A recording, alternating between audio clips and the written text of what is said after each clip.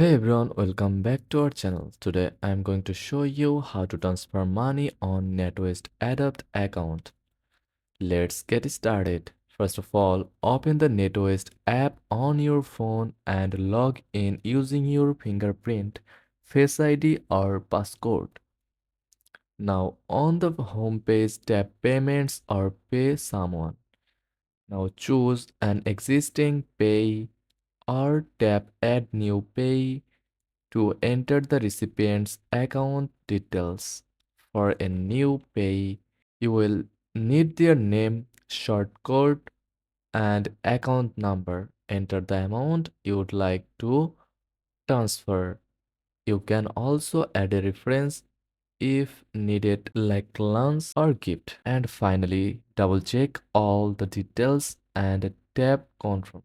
You may be asked to verify with one-time passcode sent to your phone.